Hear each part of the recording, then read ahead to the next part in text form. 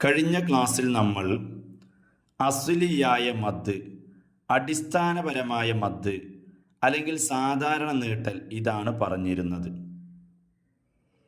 എന്നാൽ സാധാരണ നീട്ടൽ എത്രയാ പറഞ്ഞത്? 2 ഹറക്കത്ത്, അല്ലെങ്കിൽ മറ്റൊരർത്ഥത്തിൽ പറയുകയാണെങ്കിൽ ഒരു അലിഫിൻ്റെ കതിർ എന്ന് പറയാം, ഒരു അലിഫിൻ്റെ കതിർ എന്ന് പറയാം, അല്ലെങ്കിൽ 2 ഹറക്കത്ത് എന്നും പറയാം. ഒരു അലിഫിൻ്റെ കതിർ എന്നും പറയാം, 2 ഹറക്കത്ത് എന്നും പറയാം. അപ്പം സാധാരണഗതിയിലുള്ള നീട്ടൽ എന്ന് മാത്രം. അമാൻ, ഫാത്തിമ, ഷമീം, യൂസുഫ് എന്നൊക്കെ പറയുന്ന പോലെ. അതേസമയം സാധാരണഗതിയിലുള്ള നീട്ടുന്നതിനേക്കാളും കൂടുതൽ നീട്ടുന്നതിനാണ് മദ് ഫറഈ, അൽ മദ്ദുൽ ഫറഈ എന്ന് പറയുന്നത്.